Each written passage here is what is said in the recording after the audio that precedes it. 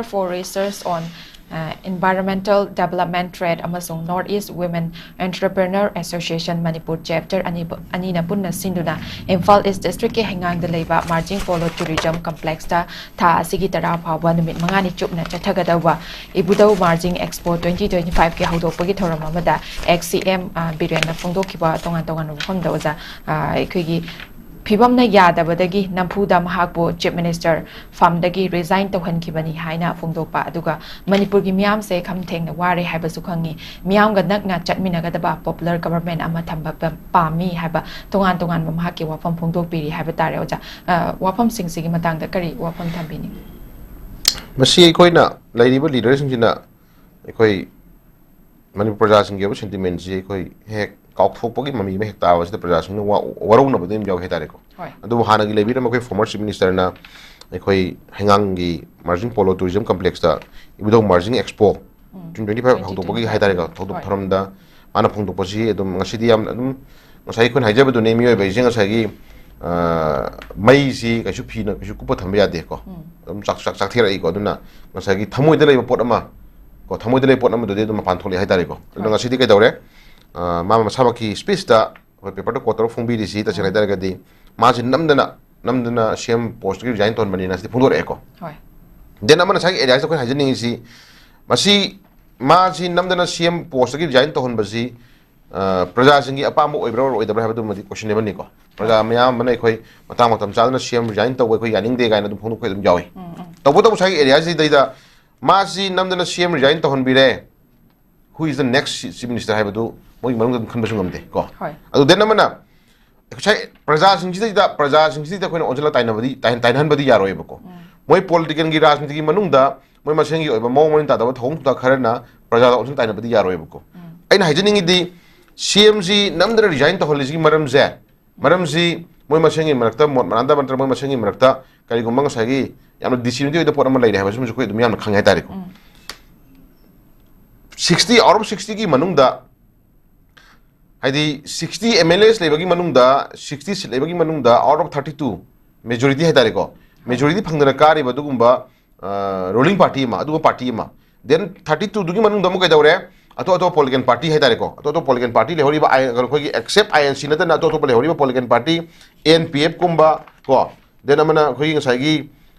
NPP gumba adagi khoi KPA ko independent ko then ngai le horiba ngai khoi JDU ko JDU lehoriba mayam jina khoina mapung oina mapang oina sogon min rakanda out of 60 ki manungda hajik khudam oina congress ki INC gi oina moi manga opposition party moi manga lehore ko moi manga ji lehor matung da lemhoriba out of 60 ki manungda 55 amadi moina majority pai lai ne bako miyo yankhai manga MLA yankhai manga pai leiba adu gi manungda ma budi leihidre ko asigi manung sida amu kuki gi MLA tara je khaidok khra je bako manipur thuai pa MLA tara je khaidok khra matung da moi yankhai manga gi manungda ekoi moi tara khaidok khra moi nifu nga de hori bane ko moi nifu manga gi manung sida mu kai dawre ekoi honorable MLA amadi leihidre na haire leihida bu khaidok khra matung da moi nifu mari le hori bane moi nifu mari sina manaminara matung da ekoi phapata tongan thang kanda sukam koi gi kori sho amna hard haidi amna sensitive bai issue sahi ani helaba lan thanari ba koi manipur da tanguri ta da batugumba yam taning bai stage oi ringai sida moi nifu mari duna ekoi CM sinba yaroi nadara silaju man ogedo buni man ohengedo buni na moi go decision lor kanda manipur je koi miyang yo badu ma popular government ma thamakanda chapchana miyang thok taguni haiba ngam da baje sai area je isanta jidai koi na sai area political koi yeng matam da moi masen gi drama ko moi masen gi lila moi masen gi sagi hunna bangangna ba moi masen gi yo sagi pen moi masen gi sagi dora hurana bagi haidok na bagi matang isum wari paring nyam la kudmar mar kan ngasi praja sin ngasi khamthena wahan bane bako aduna lai film si matang da ekoi honorable hanagi former chief minister na taseng na ekoi mani praja sin awa sentiment khangwi ba ekoi adum ngai ko den namana hajik lai hori ba sai mayam sin de khoi hajing isna MLA mayam minister obiro mayam ni na mani praja sin awa ba je thamoi sin khangwi boi taragadi thamoi sin awa ba khangwi boi taragadi something kai gum khradi ko something do it kai mo khai to bi ha potne khla chri posa ko awa ba di khange dum haiba ko adu matam yana ba chape phim chum in sum yeng phim du di ta sanai tar ga di hajik how many days how many years how many months numi kya ni tha kya ni sahi kya ni ekoi praja gi awa ba ji khangi na haira kanda ngasi gi le MLA me am jina ma se sajum haira chapi gi dra ha sunu ko hangje ningi ne ba ko aduna hajile film sida china ta ga mi yoi ba mo ina po bani na mi dugi magi aphabasu legani phatam su legani ko aphabasu legani political party mo ina magi phabasu legani phatam su legani tabu to khayna political party on to an thamakanda haji khoina hangjaningi ba sagi mi oina ko mi oi ba mo ina mi mo ina miyang mo sun na kabiri ba mla jing khoi hangjaningi question je ta chengna isa isa na tor ma thabok sun dugi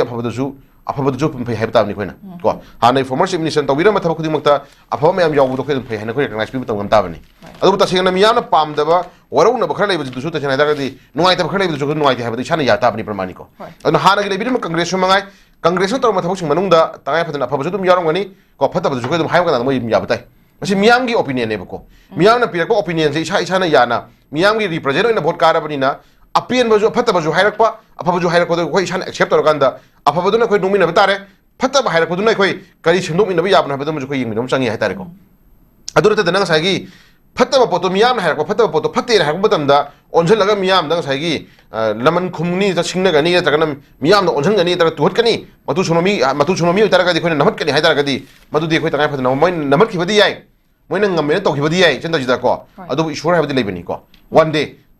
election natrana kogi MLA oi bana taga sagi miyam gi leader oi baise that's not only for sagi kar haini matam chupagi pusi natrana pusi chup omor le gedom natim ko matam khagi oi poni ko ajini posi ko up and down ni ko up and down ni duna miyoi baise nga sagi aina matam khartang thau tori ngai man du da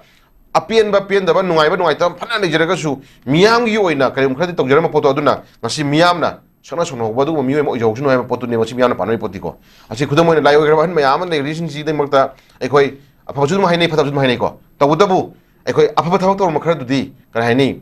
magi life tu da yam san khoi usul daga su ngamjaba khara khoi lai katna ngasi wa sahi kumun bang to khoi adu ikai khunu ulisi mai dana sugumba matam khara miyam gi sewa to onam sahi manga dang sewa to biram matam da sahi manga da magi kendra magi natar magi lebak to magi fruit tun jama jati du magi khundami ne lebak to magi fruit miyam dugi ko tagai phadana ngamjaba ai wahi am to wa jun ta kana okholom to chup bi kan miyam gi to biram thabok to adum singthana le honi hetare ko aduna ngasagi lo shelak pada kun hajini gi lo shelak pa badi poloida apha thabok to mayam do poloida ai masi yoksila di ai to nu to mani ha ga ngasagi pulap apha thom mayam do mahan gi na khalma mi jinu di ta sel ma do di apha mi wen ko uroye ko ada laidi ba ngasagi hanai former chief minister to biram apha ju khoi recognize to bodai then mano wari ba khungthang du khoi na dum yengma tai do ngasagi mangun da miyam na ko ngasi pen da thamai mayam ju shi chana ya bata ha baje ai hanai former chief minister da haja bai wani to MLA khodi maki bofni khoi jaje adu manung du da khoi haja ningi di tasengna khanma ngamni ha ga na leader ma khanbiro tobiro miyam ya awa ubudo tobiro ngamroi ha ga na ai khoi yana ba ma da handaki tamsi madi ta sangai ga de khoi miyam gi da khoi sim tobira ma je na khoi yana ba pura kanda apen ba da thadona ga hajik moi ma sengi mak ta khunrakpa moi ma sengi mak ta ngangrakpa moi ma sengi mak ta puthorrakpa mayam du na ngasi ke daure moi ma sengi dora ura ba puthorkpa mayam du na ngasi miyam na khangmane ba ko miyam na kali khangi ga ba je moi ma sengi kai dauri ga ba je moi ma sengi mak hainer ko ngana ko mayam du na ngasi khoi na khangmane ba ko adu mayam do haidok ba yabana haidok biro haidok ba yadabana thambigro ko nungsin da po phane ga su hajik lai mang da lai ko ri su sima de khoi punna khangmin na khang kano miyam khamira kanda khoi angtang di miyam je ware ha ba do mun sahi chama ware ha ju dum khanga chakini pra sing di ko thena chakini madugi pap tu madi miyam gi dum to dait loni lai biri ba dugumba MLA miyam du na madugi pap di khoi puru haini lai te ko aduna miyam gi mami te mapi ta ba miyam gi thamoy chakga leiba isiation kayam gi punsi danga si tension ra leiba danga si om chakna leiba ko angang hori bangang masam sam miyam gi pen da bi kholau chugum gi pen da gi machak simadi ta sing isin ta jai khoi lem to ya tu shor leibani ibudo event ho ko yam thuna nga sagi kar haini cherak phangdra su khoi matam chang la ga su namdana ibudo event gi ba cherak chun phangai phomje ai thamjara kan danga si kar haini honorable cm hanai former chief hanai chief minister biramba sagi honorable